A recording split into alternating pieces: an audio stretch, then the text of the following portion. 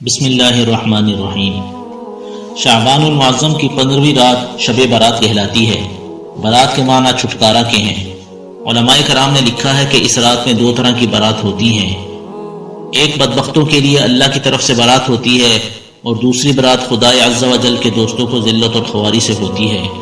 اس رات کے بارے میں بہت زیادہ افراد و تفرید سے کام لیا جاتا ہے۔ بعض حضرات اس رات کو جاگنا فضول اور بے بنیاد سمجھتے ہیں اور بعض نے اس کی عبادات میں فضول رسم و رواج کو بڑھا دیا ہے۔ اس سلسلے میں ایک گزارش تو یہ ہے کہ جو چیز قرآن و سنت یا صحابہ کرام اور تابعین اور بزرگان دین کے عمل میں نہ ہو اس کو دین سمجھنا بدعت ہے۔ دین اسلام رسول اللہ صلی اللہ علیہ وسلم کی اتباع کا نام ہے۔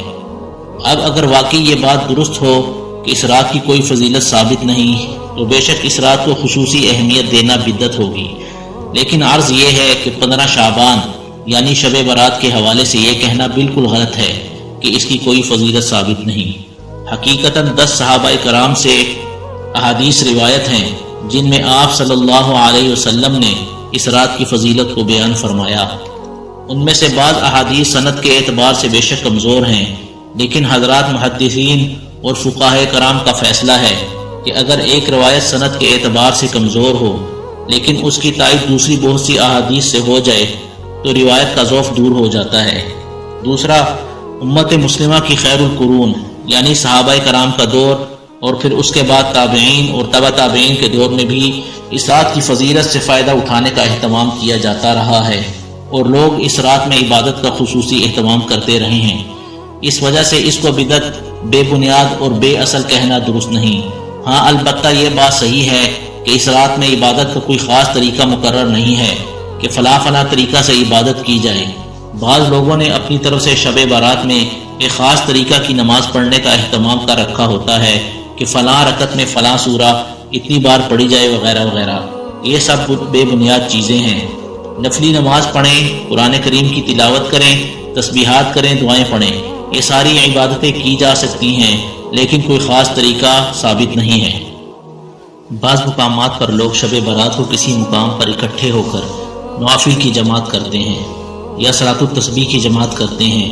صلاۃ التسبیح کی جماعت کسی طرح بھی قرآن و سنت سے ثابت نہیں ہے۔ اگر نوافل نماز کو جماعت کے ساتھ پڑھا جائے گا تو ثواب تو کیا ملے گا، الٹا گناہ لازم آئے گا۔ فرض نماز کے علاوہ اور ان نمازوں کے علاوہ جو حضور نبی کریم صلی اللہ علیہ وسلم سے باجماعت ادا کرنا ثابت ہے، جیسے تراویح اور کسوف کی نماز، ان کے علاوہ ہر نماز کے بارے میں افضل یہ ہے کہ اسے انسان گھر میں ادا کرے۔ اچھی طرح سمجھ لیجئے کہ نوافل میں تنہائی اہم چیز ہے، کیونکہ نوافل ایک ایسی عبادت ہے کہ جس کا تعلق بس بندہ اور پروردگار عالم سے ہے۔ یہ فضیلت والی رات ہے، شور شرابہ، میلے اور اجتماع کی راتیں نہیں ہیں۔ یہ رات اس لیے ہے کہ گوشہ تنہائی میں بیٹھ کر تم اللہ تعالیٰ سے اپنے تعلق کو مضبوط کر لو کہ تمہارے اور اس کے درمیان کوئی چیز حائل نہ ہو۔ بعض لوگ یہ عذر پیش کرتے ہیں کہ ہم سے تنہائی میں نہیں بیٹھنے ہوتا، اگر ہم بیٹھیں گے تو نیند آئے گی، اگر مسجد میں بیٹھیں گے تو روشنی ہوگی، لوگوں کا ہجوم ہوگا تو نیند نہیں آئے گی۔ اس بات پر اچھی طرح یقین کر لیں کہ اگر تنہائی کے چند لمحے تمہیں اللہ تعالیٰ سے ہم کلام ہونے کے میسر آ گئے تو وہ چند لمحات اس ساری رات جاگنے سے 1000 درجہ بہتر ہیں جو تم نے شور و میلے میں گزار دی۔ سنت کے مطابق وہ چند لمحات ہی قیمتی ہیں جو اخلاص کے ساتھ بغیر کسی ریاکاری اور بغیر کسی نام و نمود کے گوشہ تنہائی میں گزار لیے جائیں۔ اس کے ساتھ ساتھ اس رات میں ایک اور عمل بھی نبی کریم صلی اللہ علیہ وسلم سے ثابت ہے کہ آپ صلی اللہ علیہ وسلم جنت البقیع میں تشریف لے گئے۔ اب چونکہ رسول اللہ صلی اللہ علیہ وسلم اس رات میں جنت البقیع میں تشریف لے گئے، اس لیے لوگ اب اس چیز کا بہت زیادہ اہتمام کرنے لگے ہیں کہ شب برات کو قبرستان جانے لگے ہیں۔ ہمیشہ یہ بات یاد رکھنی چاہیے کہ جو چیز نبی کریم صلی اللہ علیہ وسلم سے جس درجہ میں ثابت ہو اسے اسی درجہ میں رکھنا چاہیے، اس سے آگے بڑھا لینے کا نام دین نہیں ہے۔ لہٰذا ساری حیات طیبہ میں آپ صلی اللہ علیہ وسلم صرف ایک بار جنت البقیع گئے، اس لیے اگر کوئی شخص ایک بار چلا جائے تو ٹھیک ہے، مگر اس کو شب برات کے ارکان میں سے ہی بنا لے کہ ہر بار ضرور جاتا ہے اور اس کو لازمی جز سمجھنا یہ غلط بات ہے۔ کبھی رسول اللہ صلی اللہ علیہ وسلم کی اتباع میں ایک بار چلا جائے تو سنت پر عمل ہو جائے گا، انشاءاللہ اس پر اجر بھی ملے گا، لیکن ساتھ ساتھ کبھی یہ بھی کر لیا کرو کہ کبھی نہ جاؤ، لہٰذا اہتمام و التزام کی ضرورت نہیں ہے۔ ایک بہت اہم چیز جو معاشرے میں عام ہوتی جا رہی ہے وہ عورتوں کی جماعت کا مسئلہ ہے۔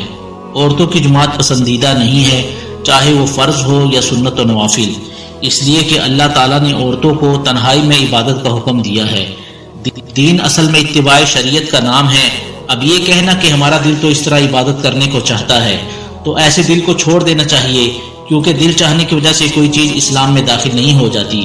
جس چیز کو رسول اللہ صلی اللہ علیہ وسلم نے پسند نہیں فرمایا اس کو صرف دل چاہنے کی وجہ سے نہیں کرنا چاہیے۔ بہرحال یہ فضیلت کی رات ہے اور اس رات میں جتنی بھی توفیق ہو عبادت کرنی چاہیے۔ باقی جو فضولیات ہیں ان سے بچنے کا پورا اہتمام کرنا چاہیے، جیسے شب برات کا حلوہ۔ اب حلوے کا شب برات کے ساتھ کیا تعلق ہے؟ لیکن شیطان ہر جگہ اپنا حصہ ڈالنے کی پوری کوشش کرتا ہے۔ اس نے سوچا کہ اس رات مسلمانوں کی مغفرت ہو جائے گی تو پھر میں تو لٹ گیا، اس لیے اس نے لوگوں کو سکھایا کہ حلوہ پکایا کرو۔ ویسے تو پورا سال حلوہ پکانا اور کھانا جائز ہے، لیکن شب برات سے اس کا کیا تعلق؟ لیکن چونکہ اب شیطان نے اس کام پر لگا دیا ہے تو اب حال یہ ہے کہ ہر جگہ لوگ عبادت کا اتنا زیادہ اہتمام نہیں کرتے جتنا حلوہ پکانے کا کرتے ہیں۔ اسی طرح آج کل جیسے ہی 15 شعبان شروع ہوتی ہے تو ساتھ ہی موبائل پر لگاتار معافی کے میسیج کا سلسلہ شروع ہو جاتا ہے۔ معاف کرنا اور معافی مانگنا بہت اچھا عمل ہے، اس کو ہر وقت سر انجام دینے کی کوشش کرنی چاہیے اور صدق کے دل سے معاف کرنا چاہیے اور معافی مانگنی چاہیے۔ لیکن جو آج کل یہ ڈیجیٹل معافی کا فیشن شروع ہو چکا ہے، یہ سب لفظ کام ہے اور ان سے بچنا چاہیے۔ ایک مسئلہ شب برات کے بعد والے دن یعنی 15 شعبان کے روزے کا ہے۔ اس کو بھی اچھی طرح سمجھ لیجئے کہ سارے ذخیرہ احادیث میں اس روزے کے بارے میں صرف ایک روایت ہے کہ شب برات کے بعد والے دن روزہ رکھو، لیکن یہ روایت بھی ضعیف ہے، لہذا اس روایت کی وجہ سے خاص اس 15 شعبان کے روزے کو سنت یا مستحب قرار دینا علماء کے نزدیک درست نہیں۔ البتہ پورے شعبان کے مہینے میں روزہ رکھنے کی فضیلت ثابت ہے، یعنی 1 شعبان سے 27 شعبان تک روزہ رکھنے کی فضیلت ثابت ہے۔ حضور اکرم صلی اللہ علیہ وسلم نے رمضان سے 1-2 روز پہلے روزہ رکھنے سے منع فرمایا تاکہ رمضان کے لیے انسان اچھی طرح تیار ہو جائے۔ دوسرا یہ کہ 15 تاریخ ایام بیز میں سے بھی ہے اور حضور اکرم صلی اللہ علیہ وسلم اکثر ہر ماہ کے ایام بیز میں 3 دن روزہ رکھا کرتے تھے، یعنی 13، 14 اور 15 تاریخ کو۔